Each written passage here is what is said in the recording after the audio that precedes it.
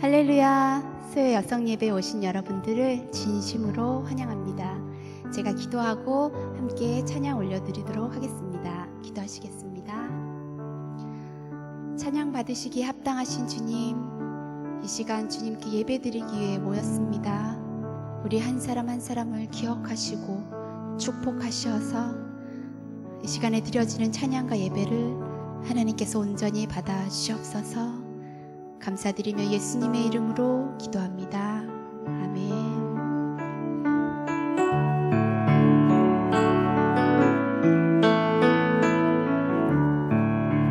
갈릴리 바닷가에서 갈릴리 바닷가에서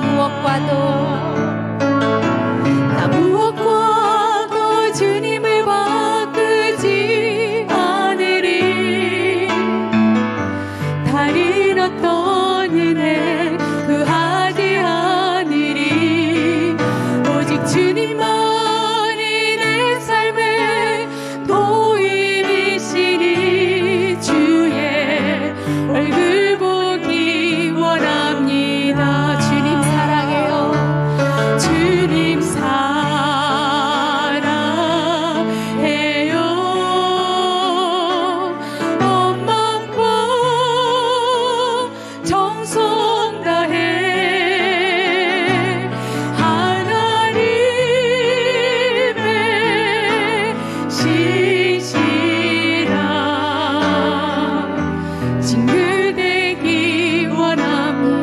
나 무엇과도 주님을 바꾸지 않으리. 다 잃었던 은혜 구하지 않으리. 오직 주님만이 내 삶의 도움이시니 주의 얼굴 보기 원합니다. 주님 사랑해요. 주님 사랑해요.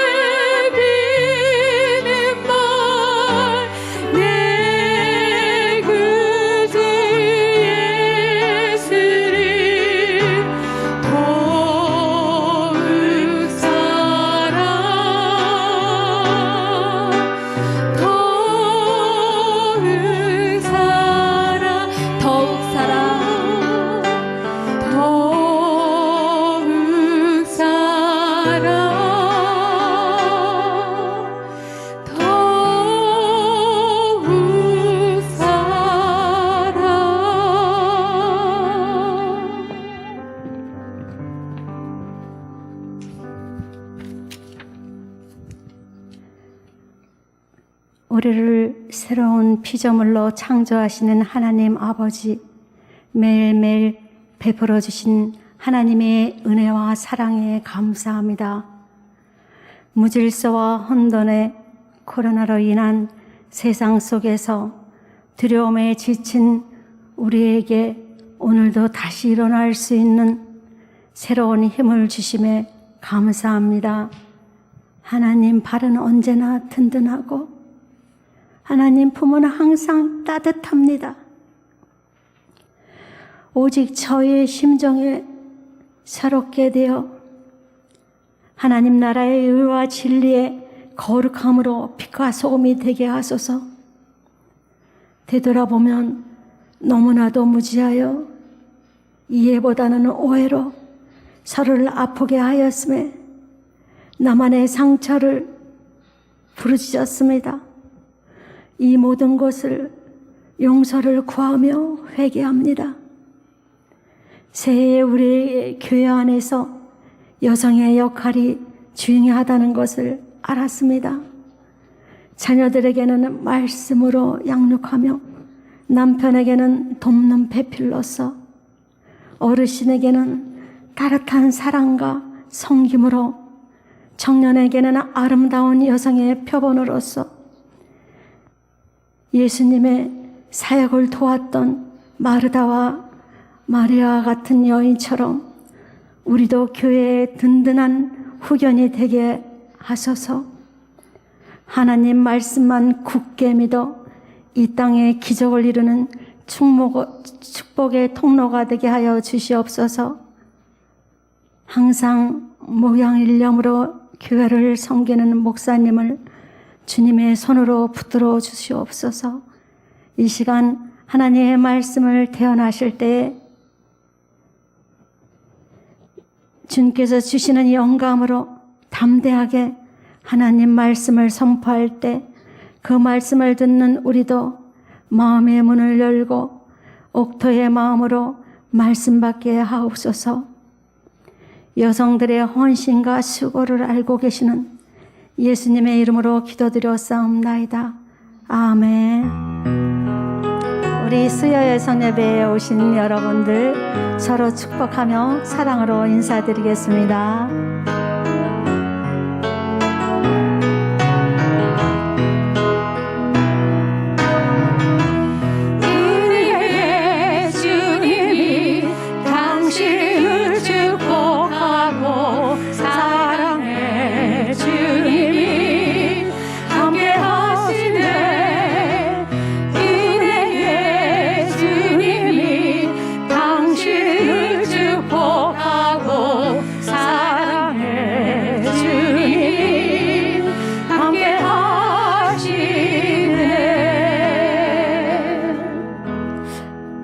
오늘은 특별한 광고가 없고 주일에 드린 광고 말씀을 참고하시고 기도하여 주시기 바랍니다. 오늘의 말씀은 마가 또 1장에서 14절로서 20절까지입니다. 다 같이 봉독하겠습니다. 요한이 감옥에 갇힌 뒤 예수께서는 갈릴리로 가셔서 하나님의 복음을 선포하셨습니다. 때가 찼고 하나님 나라가 가까이 왔으니 회개하고 복음을 믿으라. 그리고 예수께서 갈릴리 호숫가를 거닐다가 시몬과 그 동생 안드레가 호수에 그물을 던지는 것을 보셨는데 그들은 어부였습니다.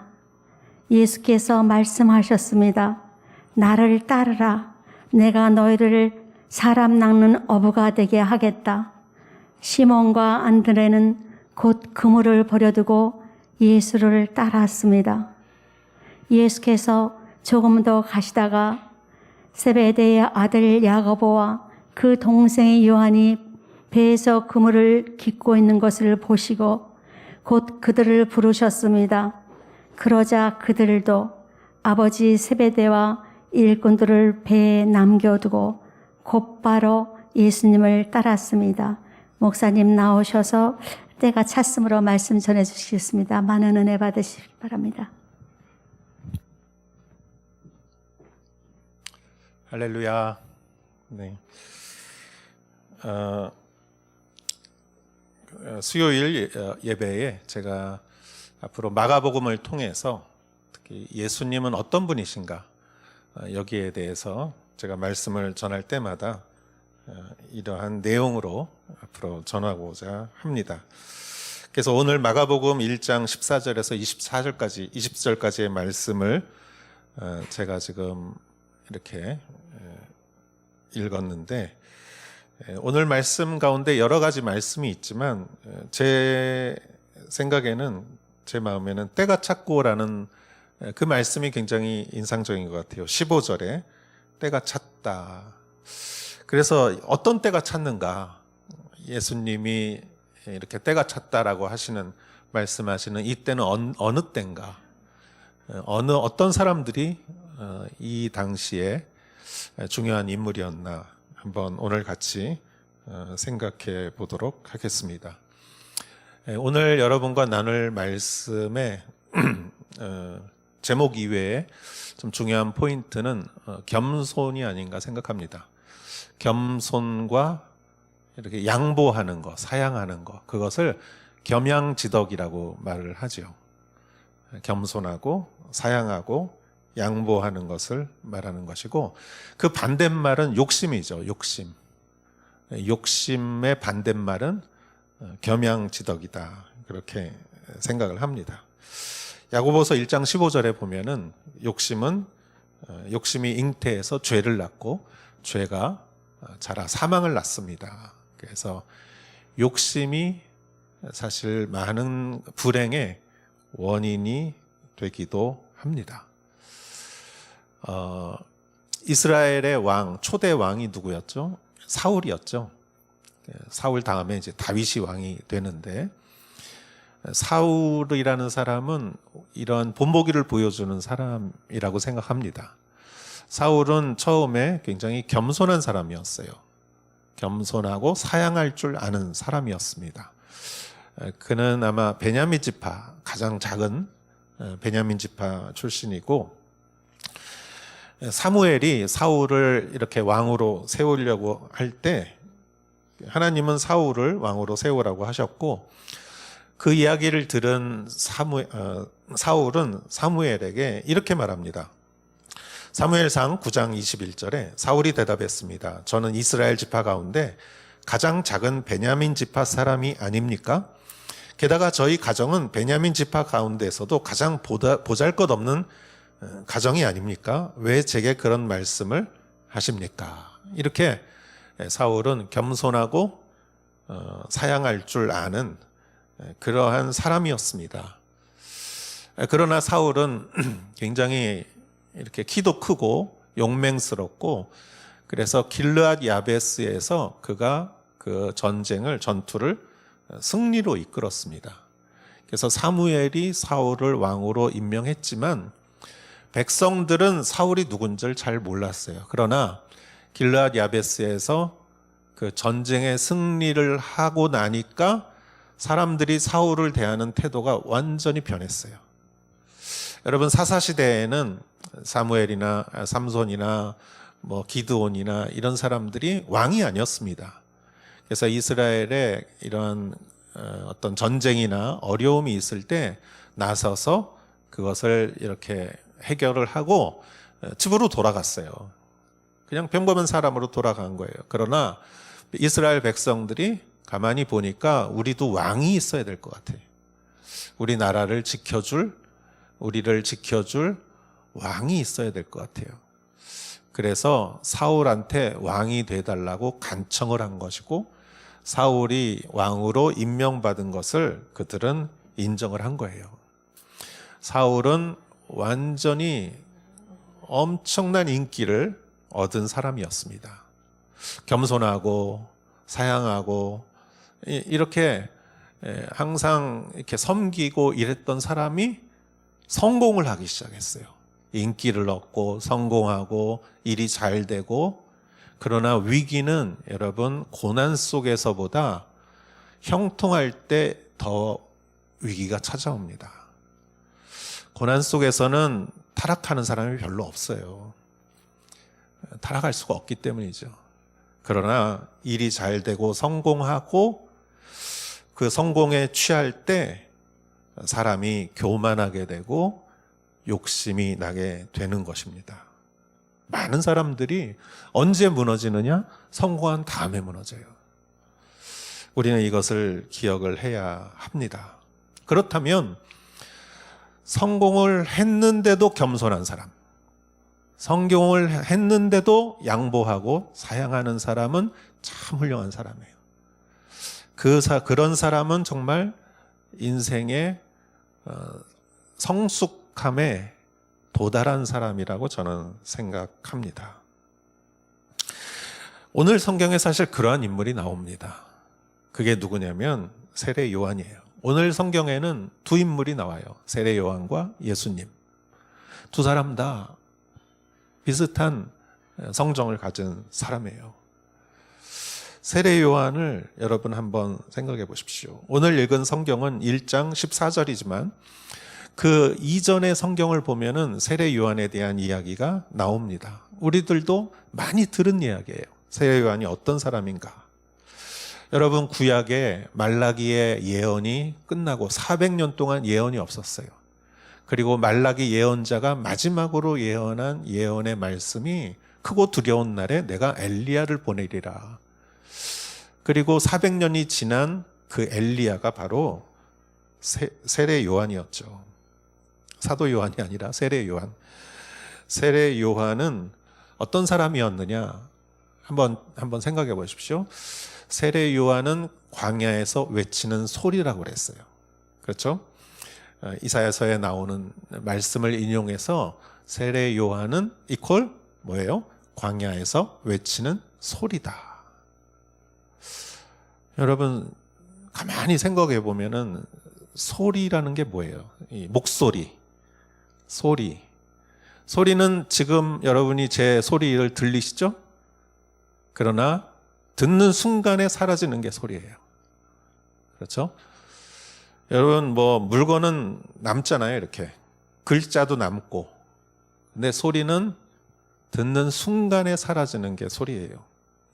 바람과 같은 거예요. 바람도 마찬가지예요. 아무리 강한 바람이 불어도 그 앞을 지나가면 사라지는 게 바람이에요. 성경에는 성령을 바람으로 표현했어요. 그래서 세례 요한이라는 사람의 특징은 소리였다라는 거예요. 광야에서 외치는 소리였다. 이 소리나 바람은 보관할 수 없어요. 어떤 이 상자에다가 바구니에다가 소리를 아무리 넣어도 거기에 소리는 남지 않아요. 바람을 아무리 이 상자에다가 넣어도 바람이 거기 남지 않죠. 사라지는 거예요. 여러분, 하나님이 하시는 일은 이런 게 많습니다. 하나님은 소리로 일하시고 바람으로 일하세요. 하나님의 하시는 일을 가둬둘 수가 없어요. 보관할 수가 없어요. 하나님이 하시는 일을 볼 뿐이에요. 여러분, 우리는 파도를 만들 수도 없고 바람을 만들 수도 없어요.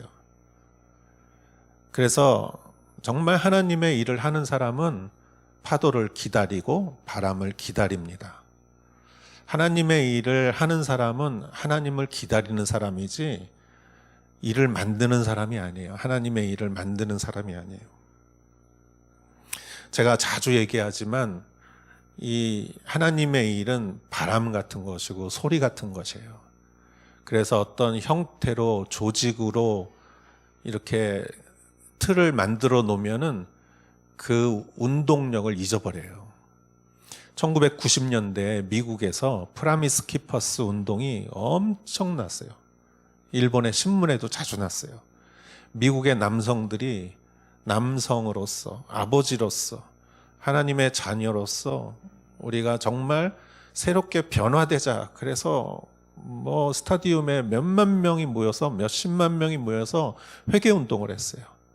그래서 미국 전역에 스타디움마다 그 회개 운동, 성령 운동, 그 프라미스 키퍼스 운동, 그게 사회적으로도 엄청나게 일어났는데 어느 시기에 그 운동이 딱 죽어버렸어요. 왜냐? 그들은 그 운동을 조직으로 만들고 어떤 건물을 만들고 조직을 세우고 재정을 세우고 마치 바람을 바구니 속에 가두려는 듯이, 바구니 속에 담으려는 듯이 하다 보니까 운동이 운동력을 잊어버린 거예요. 그래서 거기서 문제가 생기고 그러면서 운동이 죽어버렸어요. 그래서 한국에서 그 프라미스 키퍼스 운동을 보고 시작한 게 아버지 학교예요. 어머니 학교. 그래서 한국의 아버지 학교, 어머니 학교 사람들은 절대 건물을 사지 않습니다. 건물을 빌려서. 그게 운동은 운동이 되게 해야 되지, 그게 어떤 비석이 돼버리면 안 되는 거예요. 여러분, 세례 요한은 소리였다라는 걸 기억하십시오. 소리는 사라지지만 마음에 남는 것이죠. 여러분, 세례 요한은 사실 인간적으로 엄청난 성공을 거둔 사람이에요. 광야에서 그가 외쳤을 때 사람들이 광야까지 찾아왔어요. 엄청난 사람들이. 여러분, 우리는 교회를 해도 신사이밭이 이런 데다가 해야 사람들이 교통이 편해서 오죠. 혹시 여러분, 우리가 오사카 외곽에 전철역에서도 멀고 산속에다가 교회를 세운다고 해봐요. 누가 오겠어요? 그런데 세례 요한은 광야에서 외쳤는데 누가 광야까지 오겠어요? 그러나 엄청난 사람들이 왔다는 거예요.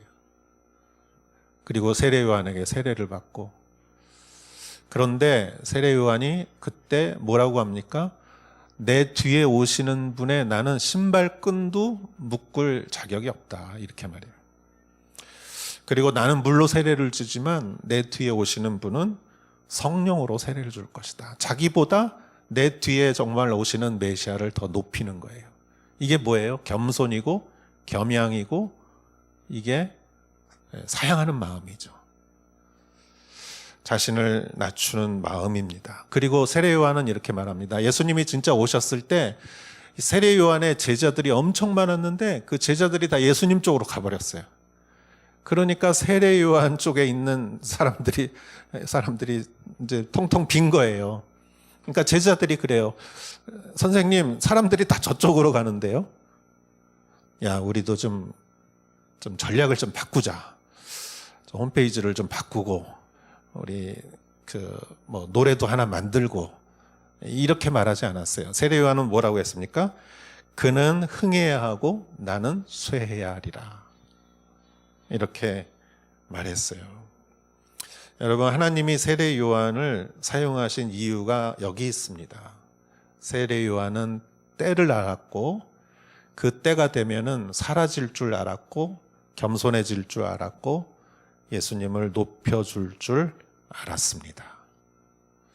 하나님의 일은요, 이러한 사람들로 인해서 일어납니다. 또한 이 시대가 어떤 시대였는가? 사실 이 시대는 고난의 시대였습니다. 지난번에도 설교 때 제가 말씀드렸지만 이 시대가 제국들이 막 각축을 벌이는 시대였어요. 이미 400~500년 전에 바벨론이 예루살렘을 함락하고 이스라엘은 완전히 멸망했죠. 다 폭삭 망했어요. 그래서 바벨론 포로로 끌려가고, 그러는 사이에 바벨론도 멸망하고 페르시아가 그 세계를 지배하고, 그러다가 페르시아의 고레스 왕에 의해서 포로들이 귀환해서 정말 100년 넘게 그렇게 성전을 재건을 하고 율법을 다시 가르치고 이렇게 했죠. 그런데 페르시아가 또 알렉산더 대왕한테 멸망하잖아요. 그리고 알렉산더 대왕은 또 일찍 죽고 30대 요절을 하고 죽었어요.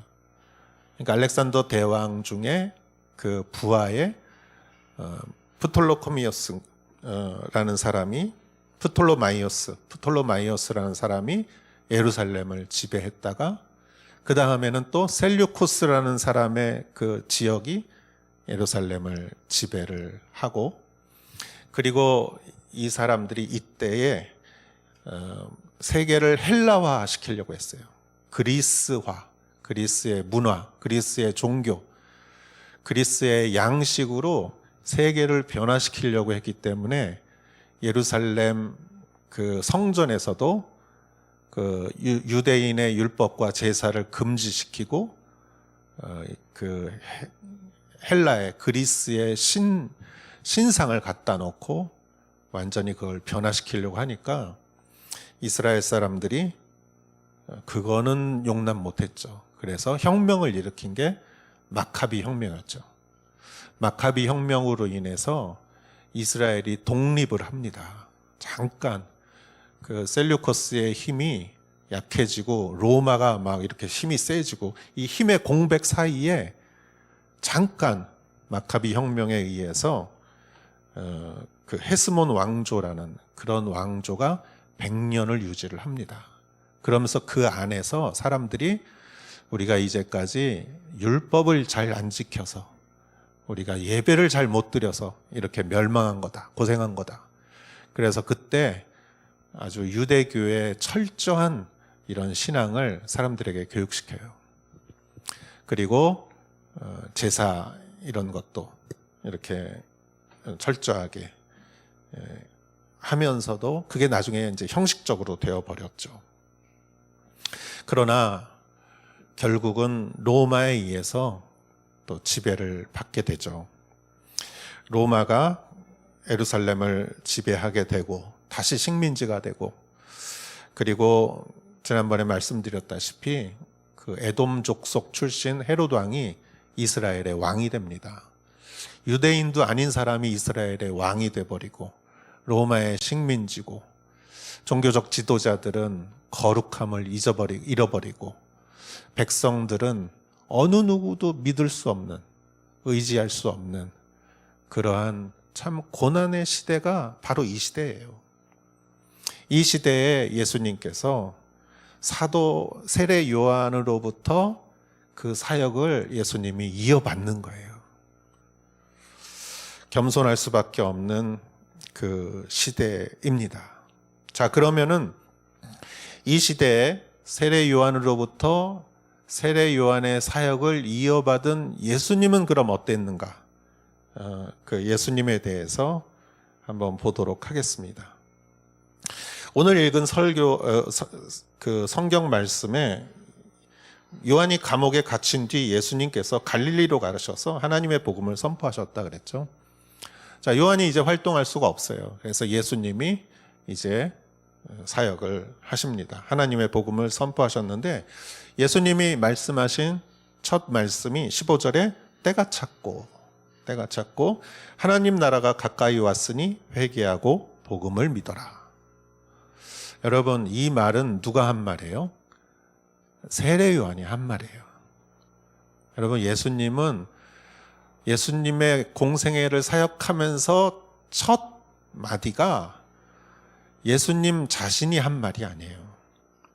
예수님은 세례 요한의 말을 이어받아서 한 거예요. 그렇다면 여러분이 예수님이라고 한번 생각해 보십시오. 여러분이 예수님이라면 더 멋있는 말 할 수 있었을 거예요. 그러나 예수님은 겸손하신 분이시고 하나님의 예언에 따라서 하신 분이에요. 성경에 보면은 예수님은 한마디도 자기 생각으로 자기가 하고 싶은 대로 한 게 없어요. 다 하나님이 하라고 하시는 대로 했어요. 그래서 예수님은 세례 요한보다 더 뛰어난 분이지만 세례 요한이 했던 사역을 그대로 이어받았어요. 그래서 처음에 하신 말씀도 세례 요한이 했던 말을 똑같이 하신 거예요.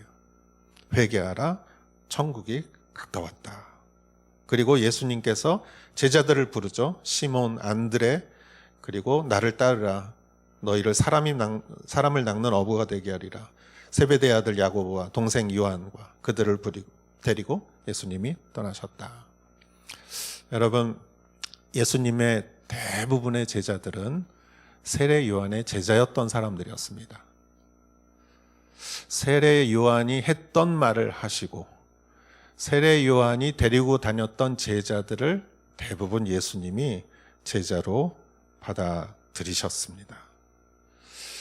예수님은 예수님의 길을 평탄케 하는 세례 요한의 바톤을 이어받은 거예요. 그거는 예수님의 겸손하심입니다. 그리고 세례 요한의 제자들을 데리고 사역을 하셨죠. 그리고 예수님께서 걸어가셨던 길은 우리가 잘 알듯이 하나님의 하늘에서 오신 분이지만 자기를 주인으로 생각하지 않고 예수님께서는 종의 형체를 가지시고 십자가에 순종할 때까지 예수님께서는 섬김의 길을 가셨습니다. 예수님은 얼마나 기적과 놀라운 가르침과 군중들의 인기와 예수님이 독자적으로 무슨 일을 하려면 얼마든지 할 수 있었어요. 그러나 예수님은 겸손하시고 항상 사양하시고 양보하시는 태도로 마지막까지 하나님을 섬기시고 우리를 섬겨주신 분이라는 것이죠.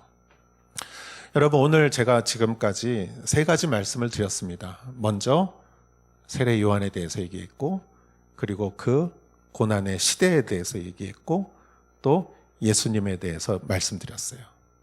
이 세 가지의 특징은 겸양지덕이에요. 겸손하고 양보하고 자기를 낮추고 섬기는 것. 여러분, 그 안에서 하나님의 일이 일어납니다. 그곳에서 하나님이, 지금도 마찬가지예요. 지금도 그러한 곳에서 하나님의 일이 일어난다는 거예요. 겸손한 세례 요한과 그 정말 고난의 시대와 그것을 그대로 이어받은 예수님. 여러분, 성경에 이런 말씀이 있어요. 교만은 멸망의 선봉이다. 교만하고 욕심을 부리면 그거는 멸망으로 가는 지름길이다. 첫 번째 길이다. 이 말씀이죠. 그래서 겸손하고 이렇게 사양하는 그런 길을 가야 한다는 것이죠. 저는 겸손하고 그 사양하는 길을 갈 때 오는 축복에 대해서 세 가지를 말씀드리고자 합니다. 그 세례 요한과 예수님이 갔던 길을 우리가 갈 때 우리가 얻을 수 있는 세 가지. 첫 번째는 겸양의 길, 섬김의 길을 갈 때 우리가 얻을 수 있는 큰 축복의 하나는 리더십입니다. 여러분, 리더는 호통치고 야단치고 사람을 부리는 게 아니라 진정한 리더는 섬기는 사람이에요. 예수님은 그랬죠. 나는 섬김을 받으러 오는 게 아니라 섬기러 왔다. 그런데 그 섬김에 리더십이 있다 이거예요. 몇 년 전인가 5년 전인가 저희 교회에 찾아오신 이재철 목사님이라고 계세요.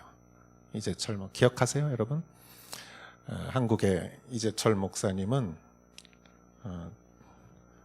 참 설교도 참 잘하시고 홍성사 출판사도 운영하시고 참 말씀도 좋으시고 또 고은아 씨가 누님이시더라고요.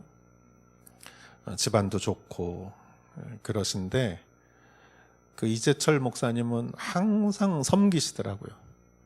이렇게 엘리베이터 탈 때도 부목사님 먼저 이렇게 타게 하고 그 이름 쓸 때도 자기 이름을 제일 뒤에다 놓고 그리고 은퇴하실 때 이렇게 말씀하시더라고요. 이제부터 여러분 저를 잊어주십시오.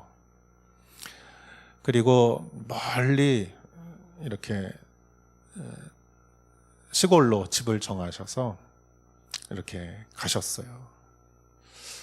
여러분, 성공했을 때 가장 실족하기 쉽습니다. 왜냐하면 사람의 욕심이 성공할수록 욕심이 크기 때문이에요. 그러나 성공할수록 겸손한 사람은 정말 훌륭한 사람이에요. 저는 그 목사님과 며칠을 지내면서 그 목사님의 말씀보다 그 목사님의 일거수일투족 하시는 모든 행동과 말을 보면서 참 고개가 숙여지더라고요. 저희 여기 오셔서 집회하시고 사례도 받지 않으시고 오히려 섬겨주시고, 세상은 높은 사람, 유명한 사람 쫓아가는데 그냥 말 없이 이렇게 섬겨주시고, 그 목사님은 이렇게 집회 요청이 와도 목사님이 기도해 주시고 결정하세요. 오히려 큰 교회보다 작은 교회를 많이 가세요. 그래서 섬겨주시는 목사님의 그 리더십을 제가 보면서 이 겸손함과 섬김 속에 리더십이 있구나, 제가 그런 걸 느꼈습니다. 두 번째, 그 섬김과 겸손함과 이 섬김은 두 번째 중요한 겁니다. 안전한 곳입니다. 여러분, 제가 역사를 좋아하는데 역사 중에서도 조선을 건국한 이성계라고 아시죠? 고려 말기가 이 몽골 침략도 있었고 정변도 많았고 또 불교가 타락하고, 그래서 백성들이 너무 고생이 많은 시기에 그때 고려의 우왕이었을 거예요. 그 사람이 중국 요동을 정벌하러 군사 5만을 이성계에게 줍니다. 그래서 거기를 이제 전쟁을 하라 하고 보냈는데, 이성계가 아무리 봐도 이거는 승산이 없는 거예요. 그리고 백성들만 고생하는 거예요. 그래서 위화도라는 데서 회군을 하죠. 여러분, 저는 위화도를 역사에서만 봤는데 몇 년 전에 중국에 이렇게 가서 북한하고 중국의 국경 거기를 쭉 이렇게 가면서 위화도를 봤어요. 여기 강 사이에, 국경 강 사이에 있는 이런 섬이에요. 여의도 같은 섬인데 굉장히 커요. 제가 그때 얼마나 감격했는지, 여기가 역사에 나오는 위화도구나. 이성계가 거기서 군사를 데리고 있다가 회군을 합니다. 그래서 다시 이제 고려의 개성으로 가가지고 한 4년 후에 이성계가 이제 왕이 돼요. 이렇게. 근데 그 과정에 여러 가지 일들이 있어요. 요즘 드라마가 있어서 제가 그거를 아주 애청하는 시청자인데, 그 이성계를 왕으로 되게 하는 많은 사람들이 있었지만 정말 이성계를 왕이 되게 하기 위해서 가장 큰 공헌을 한 사람은 이성계의 부인이라고 생각해요. 이 사람의 이름이 신덕왕후 강씨예요. 이성계의 부인이 1등 공신이라고 저는 생각합니다.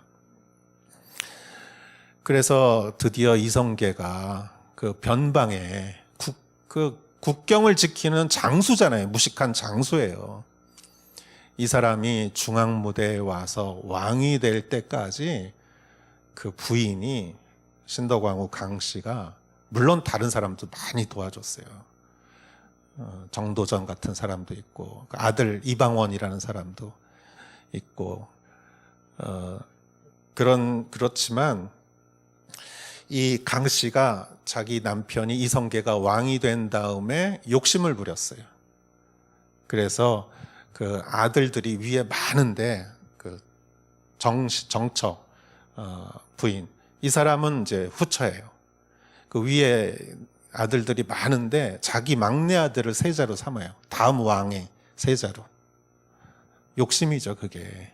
10몇 살밖에 안 된 아들이 있고, 아버지를 도와서 전쟁터에서 수많은 고생한 형들이 있는데 자기 막내를 왕으로 이렇게 세울 세자로 삼아요. 그리고 이분이 신도광후 강씨가 죽습니다. 병으로. 그리고 나서 일어나는 게 그 유명한 왕자의 난이에요. 왕자의 난에서 누구예요, 여러분? 이방원이, 그 유명한 이방이에요. 그 세종 아버지죠. 태종 태세, 세종 아버지 태종이에요. 이방원이 왕자의 난을 일으켜서 그 세자랑 다 배다른 형제죠. 다 아주 죽여요. 이렇게 그리고 나서 이방원이 그 강씨를 너무 미워하는 거예요. 그래서 신도광후 강씨의 무덤이 어디냐면 정릉이에요. 정릉. 저희 집이 정릉 가까운 데 있었어요. 그런데 거기 정릉인데 청계천에 다리가 비가 오면은 그 다리가 이렇게 막 무너지고 그래서 돌다리를 만들어라. 이제 이렇게 왕이 이렇게 명령을 해요. 그러면서 돌다리를 만드는 그 돌을 정릉에 있는 신도광후 강씨의 정릉 무덤에 있는 돌로 청계천 다리를 만들어라. 그래서 청계천 다리에 그 사람 무덤에 비석을, 무덤에 있는 돌을 갖다가 거기다가 다리 만드는 재료로 썼어요. 이게 뭐예요?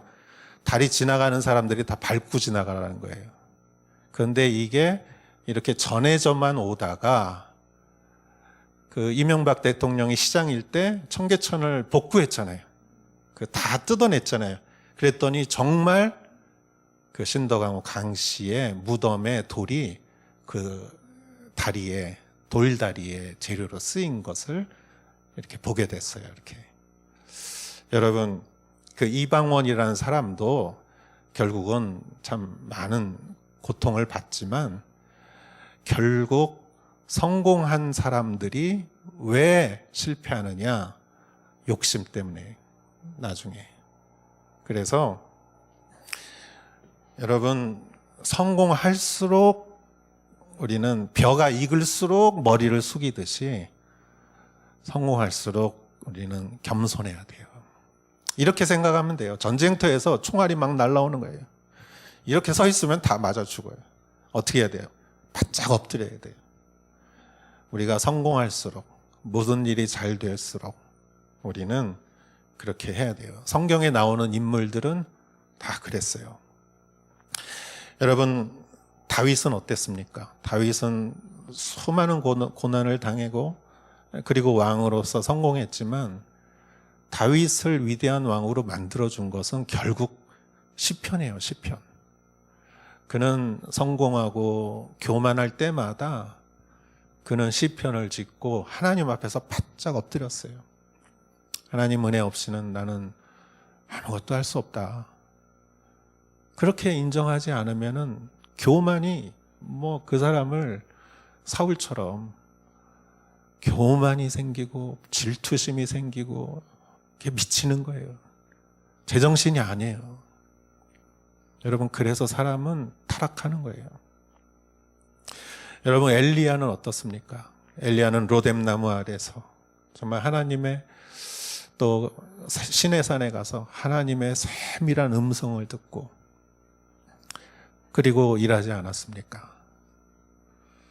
예수님은요, 여러분, 바쁠수록 산에 가서 아침에 어두울 때 새벽에 산에 가서 하나님 앞에서 기도했어요. 우리는 이것을 기억해야 합니다. 여러분, 겸손한 곳이 안전한 곳이에요. 겸손한 곳이 안전한 곳이에요. 특히 뭔가 성공할 때, 잘 될 때. 그렇지 않으면은 어느새 교만과 이런 욕심이 나를 지배하면 그러기 시작하면 섭섭한 게 많아져요. 아니, 나한테 왜 이렇게 대접을 안 해줘? 왜 나를 이렇게 안 알아주는 거야? 이런 마음이 들기 시작하면 섭섭한 마음과 그런 걸로 상처받기 쉬워요. 그러나 겸손한 마음으로 항상 머리를 숙이고 조선의 그 역사를 보면요, 그 성공한 사람들이 거의 다가 실패했어요. 이렇게 가족이 참사를 당하고 귀양 가고, 그게 다 성공할 때 겸손하지 못했기 때문이죠. 또 이 겸손과 겸양이 우리에게 주는 세 번째는 그곳에 예수님이 있다는 거예요. 높은 곳에 가면은 예수님이 없을 때가 많아요. 그러나 낮은 곳에 가면 예수님이 계십니다. 고난의 자리에 예수님이 계십니다. 우리가 당하는 고난은 아마도 우리를 겸손하게 해주는 선생님이 아닐까, 그런 생각도 해봅니다. 그리고 예수님 자신도 그렇게 예루살렘에서 그 사람들이 호산나 호산나 종려나무로 예수님을 맞이하고 인기가 폭발하고, 뭐 앞으로는 예수님의 시대가 올 것 같다는 그러한 속에서도 예수님이 진정 하나님을 만나는 것은 겟세마네 그 기도 속에서 하나님의 음성을 듣고 십자가의 길로 걸어가시죠. 그곳에 예수님이 계십니다. 오늘 성경 말씀을 보면 처음에 말씀드렸다시피 이 세례 요한과 이 어두운 시대와 또 예수님, 정말 어둡고 낮고 고통 속에 그러나 겸손과 이러한 양보하는 이러한 마음 속에서 하나님의 일이 거기서 꿈틀꿈틀 시작된다는 것을 여러분 기억하십시오. 그렇게 보면은 아마 오늘날이 그런 시대가 아닐까요? 코로나로 우리 교회가 헌금이 막 나오고 막 사람이 막 엄청 500명 이상 성도가 뭐 몰려오고 막 사역이 막 이렇게 막 북치고 장구치고 막 이럴 때가 아니라 코로나로 인해서 우리가 정말 힘들고 정말 우리를 이렇게 이간질하고 우리를 아주 혼돈하게 하는 이러한 목소리가 있고, 여러분 저는 사실 좀 힘들어요. 요즘 많이 여러 가지로. 그런데 오히려 하나님이 더 가까이 느껴져요. 그리고 이렇게 코로나로 힘들고 어렵고 이런 시기에 또 하나님과 내가 가까이 가고 있구나라는 이런 마음이 저는 들더라고요. 여러분 지금이 오히려 하나님이 우리와 더 가까이 계시는 시기가 아닐까요? 우리를 겸손하게 하는 그런 시기가 아닐까. 그래서 이 시기에 우리가 그러나 고난의 시기에 그냥 포기하고 낭망하고 절망하고 넘어지는 사람도 많이 있어요. 그렇기 때문에 우리는 오히려 이런 시기에 하나님과 더욱더 가까이 가고 예배 속에서 하나님을 만나고 말씀 속에서 하나님을 만나고 그러한 귀한 시간이 되지 않을까. 그래서 몇 년 지나서 우리가 5년, 10년 지나서 한번 생각해 보세요. 여러분이 어느 때가 정말 내가 성장하고 성숙했을까?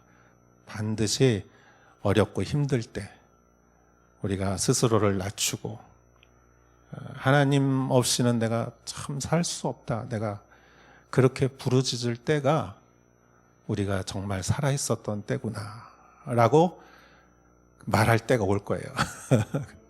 할렐루야. 여러분 우리 같이 한번 기도했으면 좋겠습니다. 하나님 우리에게 이 세례 요한과 예수님의 겸손하고 양보하고 사양하고 섬기는 마음을 주십시오.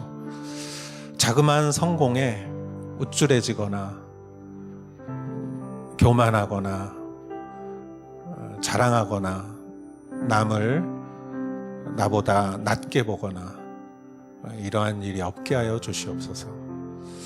하나님, 섬기고 낮아지고 하나님 앞에 다가가고 아버지 하나님, 그 엘리야가 그 힘든 상황 속에서 세밀한 하나님의 음성을 들었듯이 우리도 그러한 하나님의 음성을 듣는 시기가 되게 하여 주시옵소서. 코로나로 인하여 이 세상이 어렵고 힘든데 우리가 두렵고 절망에 빠지지 않게 하시고 오히려 낮은 곳에서 예수님의 소망을 발견하게 하여 주시옵소서. 우리 같이 한번 기도하겠습니다. 하나님 아버지, 도와주시옵소서.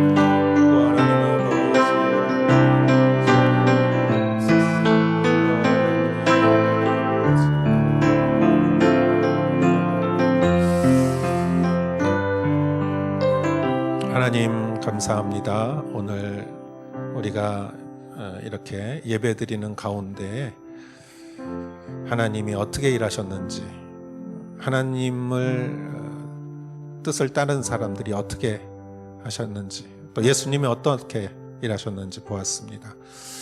오늘날 우리도 그러한 자들이 되게 하여 주시옵소서. 예수님의 이름으로 기도하였사옵나이다. 아멘.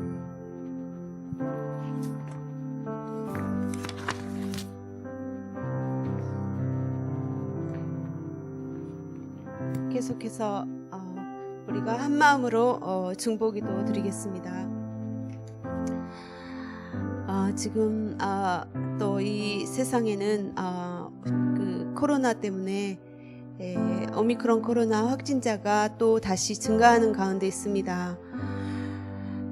그래서 우리가 함께 또 코로나로 확진된 분들의 치유와 회복을 위해서 또 기도하기를 원합니다. 또 우리 코로나에 노출되어 있는 우리 가족들도 또 자녀들도 주님께서 지켜주시고, 또 특별히 우리 교회에도 의료 종사자들이 계시는데 또 수고하고 정말 이 환자가 많은 가운데 밤낮으로 또 수고하는 그들을 지켜주시고, 또 피곤치 않도록 주님이 새 힘을 주시기를 위해서 또 그들을 위해서 기도하기를 원합니다.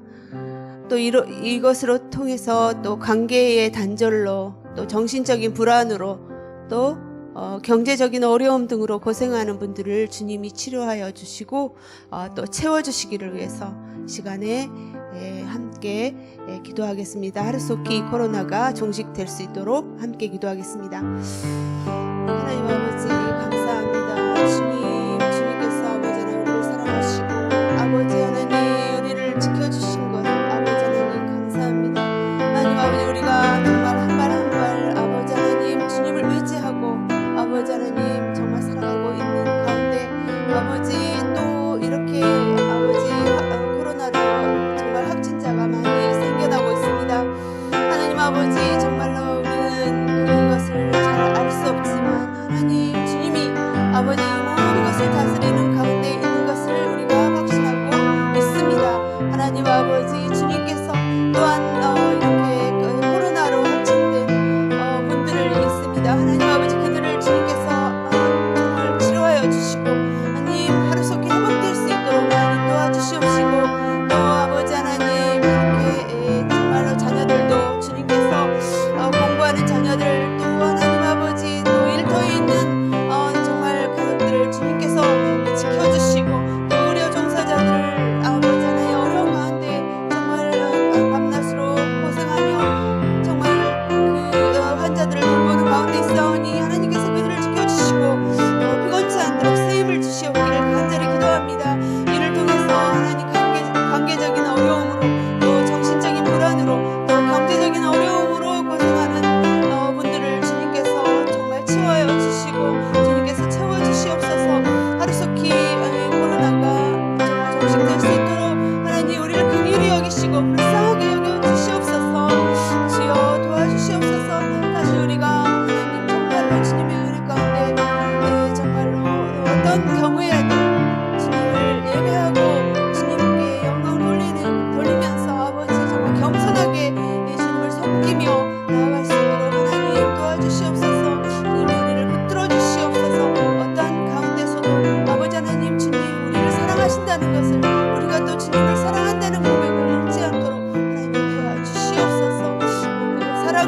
모든 두려움을 쫓을 수 있도록 주시옵소서. 시간에는 또 이 일본 땅과 또 한국과 교회들을 위해서, 열방의 교회들을 위해서 기도하겠습니다. 많은 우상들을 섬기는 이 일본 땅 구석구석에 주의 복음이 전해지기를 위해서 또 전해져서 주의 교회들이 또 많이 세워질 수 있도록 성령의 바람이 불어주시기를 위해서, 또 우리 한국에 올해 또 하나님의 그 마음에 합한 지도자가 잘 세워질 수 있도록, 또 세계 각처에서 하나님의 나라와 의를 위해서 고난과 핍박받는 교회들과 선교사님들과 성도들을 지켜주시기를 위해서 우리가 이 일본 땅과 한국과 교회들을 위해서 함께 기도하겠습니다. 살아계신 하나님 아버지 감사합니다. 주님께서 아버지 하나님 우리로 아버지 이 일본 땅을 위해서 기도하게 하시니 감사합니다. 하나님 주님, 일본 땅에는 정말 하나님을 알지 못하고 하나님을 믿지 못하는 그런 영혼들이 너무나도 많습니다. 하나님 아버지 어디를 가도 하나님의 교회가 보이지 않습니다. 하나님 아버지 주님께서 이 땅을 불쌍히 여겨주시고 아버지 주의 복음이 아버지 하나님 이 땅의 구석구석까지 전해질 수 있도록 하나님 도와주시옵소서. 주의 교회들이 아버지 세워질 수 있도록 하나님 주의 성령의 바람이 이 땅에 불 수 있도록 도와주시옵소서. 하나님 우리 한국 땅에 올해 또 정말 대통령 선거 왔습니다. 하나님 하나님의 마음에 합한 하나님을 경외하는 정말 그런 귀한 정말 하나님의 종이 지도자로 세워질 수 있도록 도와주시옵시고, 하나님 한국을 주님께서 불쌍히 여겨주시고 하나님 정말 주님이 정말 하나님의 나라를 위해서 우리 이 작은 한국 땅을 크게 사용하여 주실 것을 믿습니다. 하나님 아버지 세계 각처에서 하나님의 나라와 의를 위해서 고난과 핍박받는 교회들이 많이 있습니다. 선교사님들이 수고하고 있습니다. 예수님의 긍휼의 마음을 가지고 정말 주의 복음을 전하며 사랑의 빵을 나누는 정말 사랑의 나눔을 하고 있는 우리 선교사님들, 그리고 또 정말 성도님들을 주님께서 지켜주시옵시고 그들을 통하여 하나님의 나라가 확장되게 하여 주시옵소서. 주여 하나님의 의가 선포되게 하여 주시옵소서. 또 이 시간에는 다음 세대와 연로하신 분들과 환우들을 위해서 기도하는 시간을 갖기를 원합니다. 우리 다음 세대들이 지금 이렇게 코로나 시대에 정말 자유롭게 뛰어놀지도 못하고 또 이렇게 공부하는 것도 정말 어려운 가운데 있습니다. 정말 그들이 말씀에서 바른 정체성을 얻을 수 있도록, 그리고 주님께로부터 지혜를 얻을 수 있도록, 또 주님께로부터 비전을 받는 건강한 예배자로 세워질 수 있도록, 영적 리더로 세워질 수 있도록, 또 우리 청년들도 주님께서 정말 축복하시고 정말 예배자들로 세워질 수 있도록, 그리고 이 땅에 하나님의 창조 질서를 가르치는 크리스천 학교들이 많이 세워질 수 있도록, 그리고 또 연로하신 분들을 환우들에게 치유와 회복을 주시옵기를, 이 땅에 정말 많은 그 노인 시설들이 많이 있는데 크리스천 노인 시설들이 많이 세워져서 정말 어르신들이 주님이 주시는 평강 가운데 끝까지 주님께 쓰임받다가 주님 품에 안길 수 있는 그런 놀라운 은혜를 누릴 수 있도록 우리가 다음 세대와 연로하신 분들과 또 환우들을 위해서 이 시간에 한 목소리로 기도하겠습니다. 하나님 아버지 주님 감사합니다. 주님 정말 우리는 정말 이 세대를 이 정말 빠르게 돌아가는 인간의 지혜로 가득 찬 이 세상에서 하나님 우리 자녀들을 어떻게 키워야 할지, 어떻게 인도해야 할지, 어떻게 지도해야 할지 정말 모를 때가 많습니다. 하나님 아버지 정말 그들에게 주님 하나님의 말씀으로 인도할 수 있는, 그래서 하나님의 말씀에 바른 정체성을 가질 수 있는 하나님의 자녀라는 정체성으로 또 하나님의 지혜를 얻게 하시고 하나님 주님의 비전을 얻을 수 있는 그런 건강한 예배자로 또 영적 리더로 정말 주님이 키워주시기를 간절히 기도합니다. 하나님 아버지 우리 청년들도 정말 하나님 아버지 새벽 이슬 같은 그런 아름다운 청년들이 정말 세상의 유혹에 빠지지 아니하고 아버지 하나님의 주님의 말씀을 사모하여 정말 주께로 더욱더 가까이 나아가는 그런 훌륭한 청년들이 될 수 있도록 하나님 인도하여 주시옵소서. 하나님 이 땅에 많은 아버지 정말로 세상의 지혜를 인간의 어리석은 지혜를 가르치는 그런 데는 정말 아버지 하나님 그런 곳들이 아버지 하나님 많이 정말로 하나님의 창조 질서를 가르치는 곳으로 변화되게 하여 주시옵소서. 하나님 우리 연로하신 분들에게 하나님 아버지 주님 붙들어 주시고 하나님 아버지 끝까지 주님 소망하며 아버지 찬양하며 기도하며 아버지 하나님 정말 주님의 평강으로 살 수 있도록 인도하여 주시옵소서. 끝으로 우리 오사카 오늘이 교회 공동체 선교 사역을 위해서 함께 기도하겠습니다.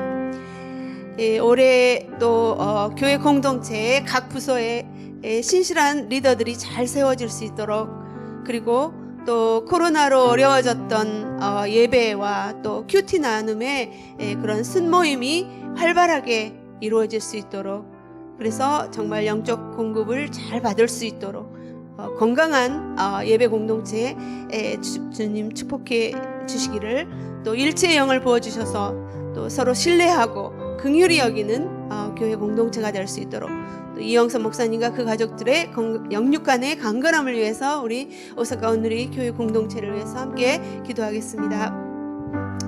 하나님 주님 감사합니다. 주님이 교회 공동체를 주님께서 세워주셨습니다. 이 교회는 하나님 아버지 사람이 주인이 아니라 예수 그리스도께서 정말로 보혈의 피를 흘려 세우신 정말 교회입니다. 십자가 공동체입니다. 하나님 아버지 주님께서 아버지 하나님 올해도 하나님 아버지 비록 하나님 어려운 그런 코로나 시기에 있지만 그럼에도 불구하고 우리 성령님 아버지 하나님 주님은 이 교회를 통해서 아버지 하나님 큰 일을 이루시기를 원합니다. 하나님 아버지 정말로 박해와 핍박 속에서도 하나님의 나라가 점점 더 확장되어 갔듯이 하나님 정말 어려운 이 환경 가운데도 주님은 더 크게 일하실 줄 믿습니다. 하나님 아버지 우리 눈에는 잘 보이지 않고 하나님 아버지 정말 우리에게 아버지 하나님 정말 소망이 보이지 않을 때가 있지만 하나님 그럼에도 불구하고 주님은 우리 앞서가시며 일하시는 것을 믿습니다.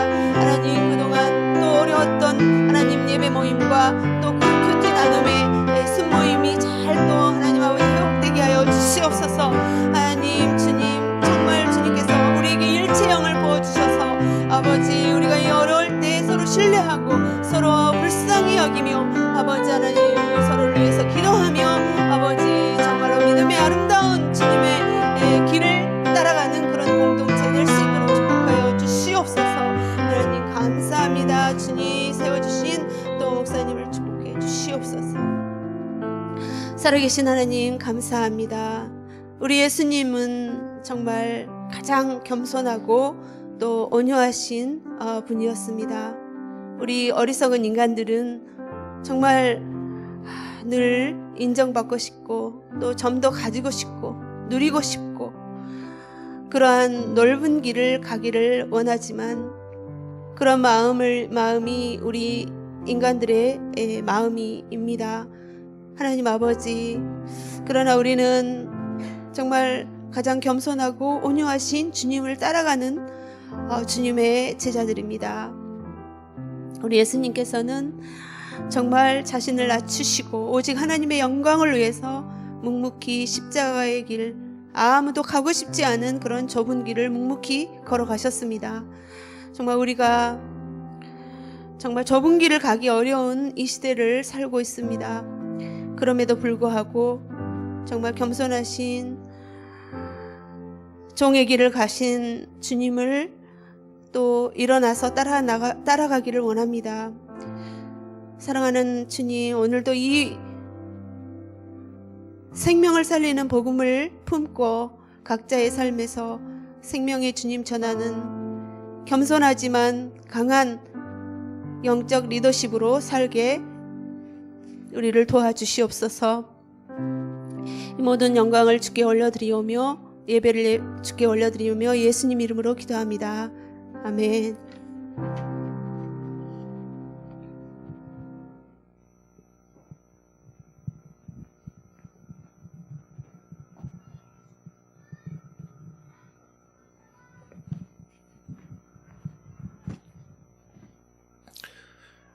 이제는 우리 주 예수 그리스도의 은혜와 하나님 아버지의 크신 사랑과 성령의 감동 감화사 인도하심이 여기 모여 그리스도의 길을 따라가며 그리스도의 큰 위로와 능력을 얻고 또 주님을 섬기며 세상을 섬기는 사랑하는 성도님들 머리 위에 이제로부터 영원토록 함께 하실지어다.